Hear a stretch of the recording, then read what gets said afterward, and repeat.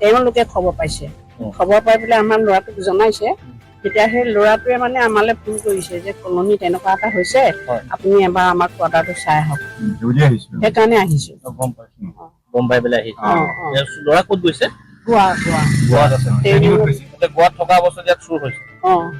আৰু গৈছে ফেমিলি কোনো নথকা সুযোগ লৈ আছো চিকিউৰিটিৰ ক্ষেত্ৰত কি ক'ব আমি একো ক'ব নালাগে না সেইটো সেইবোৰ নাজানো আৰু মানে